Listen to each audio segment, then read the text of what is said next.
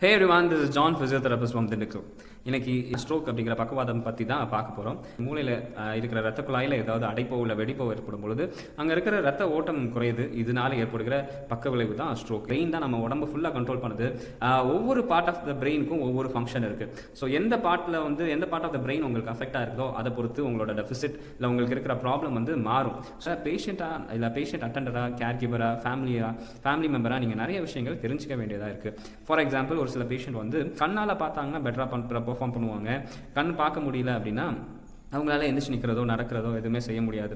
இதை அண்டர்ஸ்டாண்ட் பண்ணிக்கிட்டோன்னா தான் எந்த மாதிரி கமெண்ட் அவங்களுக்கு கொடுக்கணும். நீங்கள் பாருங்கள், ஐயை ஓப்பன் பண்ணி கீழே பாருங்கள், உங்கள் காலை பாருங்கள் அப்படின்னு சொல்லி ஒரு சின்ன கமெண்ட் அது பெரிய டிஃப்ரென்ஸை கொடுக்கும்.